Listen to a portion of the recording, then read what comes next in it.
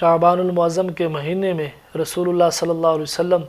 اور آپ کے صحابہ اکرام اعمال صالحہ اور روزوں کی کثرت کیا کرتے تھے، کیونکہ دیگر عبادات کے ساتھ ساتھ اس مہینے کے روزوں کی بھی فضیلت زیادہ ہے۔ حضرت سیدنا اسامہ بن زید رضی اللہ تعالی عنہ نے نبی کریم صلی اللہ علیہ وسلم کی خدمت اقدس میں عرض کی، یا رسول اللہ صلی اللہ علیہ وسلم، میں آپ کو سب مہینوں سے زیادہ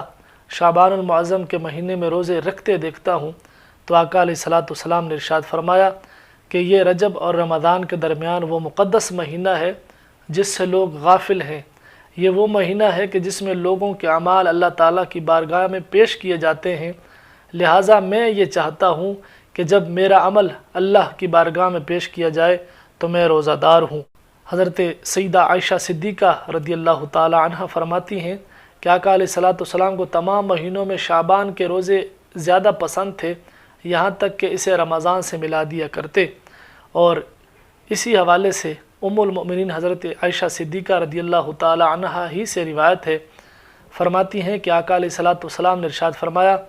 شعبان میرا مہینہ ہے اور رمضان اللہ کا مہینہ ہے۔ شعبان پاک و صاف کرنے والا مہینہ ہے اور رمضان خطاؤں کا کفارہ ہے۔